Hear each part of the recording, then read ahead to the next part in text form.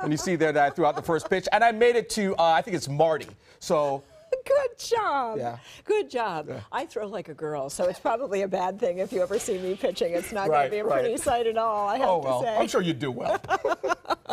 Well, I'll tell you what, we've been talking about this system for so long, and finally at 5 o'clock this afternoon, it did become a tropical depression. So this is what I'm talking about right here, is this system that's going to be moving into the Gulf of Mexico.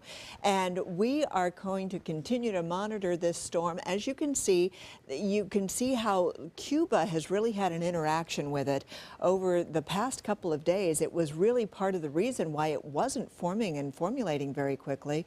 And so now that it's going to be moving into the Gulf of Mexico, it's going to have all sorts of opportunities to become a little bit stronger.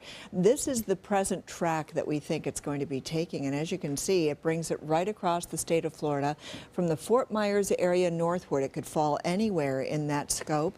And so this is why we have to pay particular attention right here along the Suncoast as to what the system is going to be doing. Your app will help you, and so you want to make sure to download that app on your phones, and of course to stay tuned to us, because we will continue to bring you information.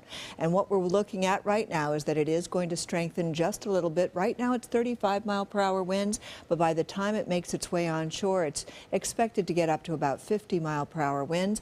And this is what it looks like right now. It doesn't look too impressive at this point, but once it moves into the Gulf of Mexico by tomorrow, the chances are it is going to become a tropical storm. Hermione would be the name, and it will continue to move off in our direction. It's going to move off towards the west and then start to circulate on back.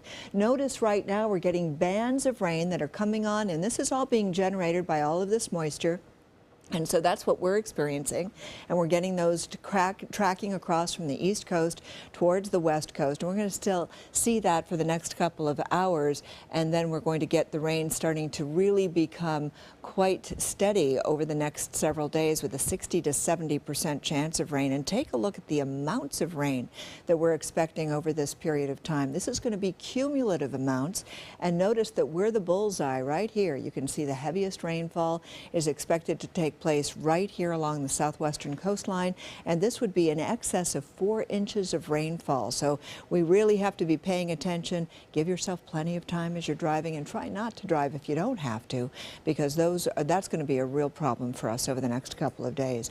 95 degrees was our daytime high. We will see our temperatures cooling over the next couple of days, because we'll see more in the way of cloud cover, and certainly more rainfall will help to keep our temperatures lower. Right now it's 90, and you can see those winds are coming in out of the east at 14 miles per hour, so they're moving those showers over from the east coast to the west coast fairly quickly. Temperatures all around the state now in the 80s and 90s, and you can see for our area we're 85 degrees in Parrish, where they've had a recent rainfall. Venice reporting the same thing. Boca Grande down to 80 degrees, again because of recent rains. Otherwise, everyone else is in the 80s and 90s right now. And small craft will be exercising caution for tomorrow. Winds will be out of the east at 15 knots. I wouldn't be surprised to see a small craft advisory in effect beginning Monday and Tuesday. So what we're looking at right now is that we will see thunderstorms developing at the beaches, and this is what it's like. For the rest of us, you can see 60 to 70% chances of rain all the way through Friday, and we keep our temperatures right around that 90-degree mark. Dwayne?